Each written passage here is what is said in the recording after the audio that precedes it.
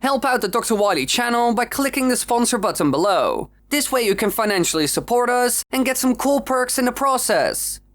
Throughout the years, our Italian hero has been seen in many different forms, from more cringy stuff like a golfer, to something more fun and useful like the boomerang flower suit. However, at some point, Nintendo wanted to add something more flashy and expensive looking. And so one of the weirdest Mario forms ever was born, Gold Mario, while his brother became Silver Luigi, which is worth less.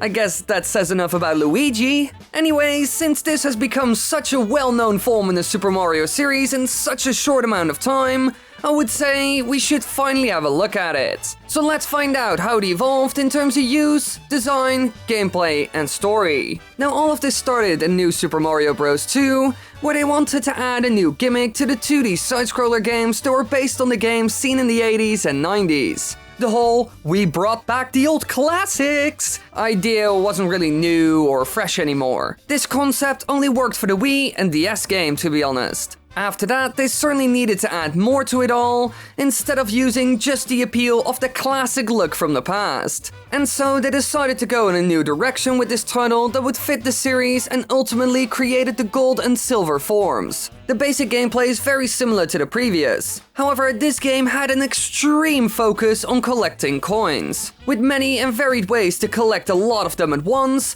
such as golden items that award the player with them. The game's overall objective is to collect 1 million coins, with the coins collected in levels being added to a total that is shared between the game's 3 save files and Coin Rush. The reward for collecting 1 million coins is a new title screen featuring a gold Mario statue, and for maxing out the coin counter you get a gold Raccoon Mario statue. So since gold, money, wealth, moolah and all that were the main focus of this game, a gold Mario and silver Luigi were born. You acquired this form by grabbing a gold flower, and it allowed Mario to shoot gold fireballs, while Luigi can shoot silver fireballs. Defeating an enemy or breaking any brick blocks using this power turned them into coins, and the blast will also empty out any blocks that contain items. Besides that, it would grant even more rewards, like giving more coins if you reach the flagpole while in this form. However, you revert into the normal fire form upon clearing a stage, making it impossible to keep this power-up between levels, which was done for a good reason, because this power-up was incredibly powerful, as you could imagine. It can defeat almost every enemy in the game, including boos, thwomps, and even spiked balls,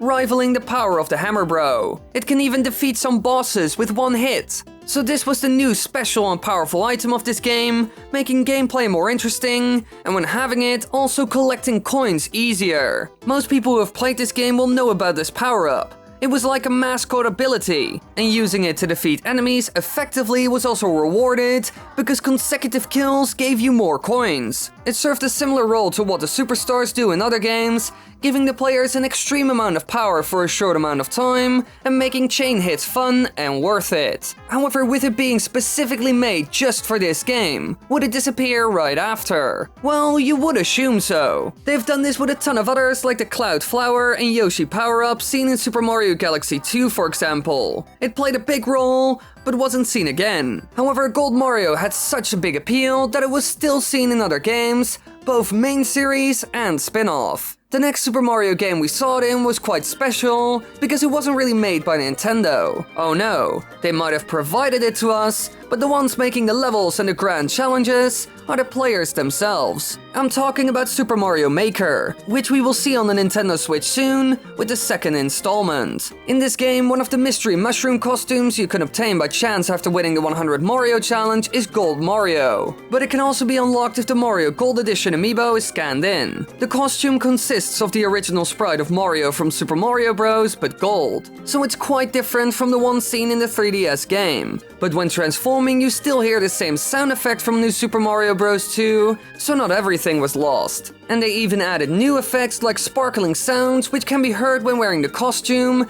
and it plays the Metal Mario theme from Super Mario 64 when grabbing a superstar. Now, as you can see, it was only really added for cosmetic reasons, which is understandable because it looks really cool. However, to be honest, it would have been better if they just added the power-up as a thing people could put in levels. Heck, they could have even added the whole coin aspect as a mode to this game, or that adding the power-up would add a counter in the top keeping track of coins in a way that it would matter in the end. However, it looks like Nintendo was more concerned to add more costumes instead of adding actual usable stuff. However, its role didn't end there, because it returned in a recently released Super Mario Odyssey as well, where it sadly enough had a similar role to the one seen in Mario Maker. Here it can be unlocked as a costume for Mario, and has a different finish and reflection color to the gold coins in the franchise. So yet again, nothing too special. They barely added anything to it, no extra sound effects or anything. Now, we did see it in other games. However, it was just the same thing again,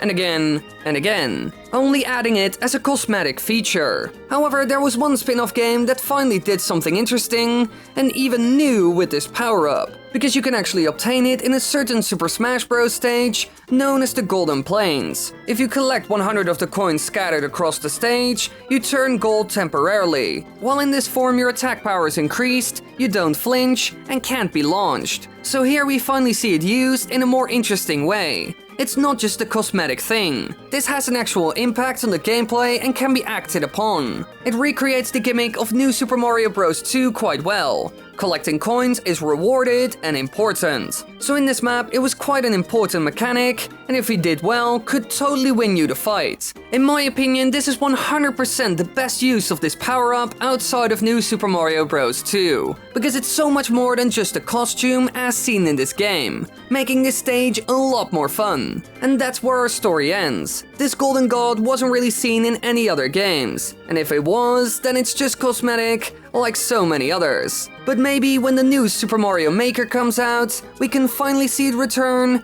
in its full glory. Thanks for watching, everybody. I hope you enjoyed. If you want to watch more videos, be sure to check out the link in the description and all that stuff. Like, subscribe, click the bell button, become a member, do everything. Check out the merch.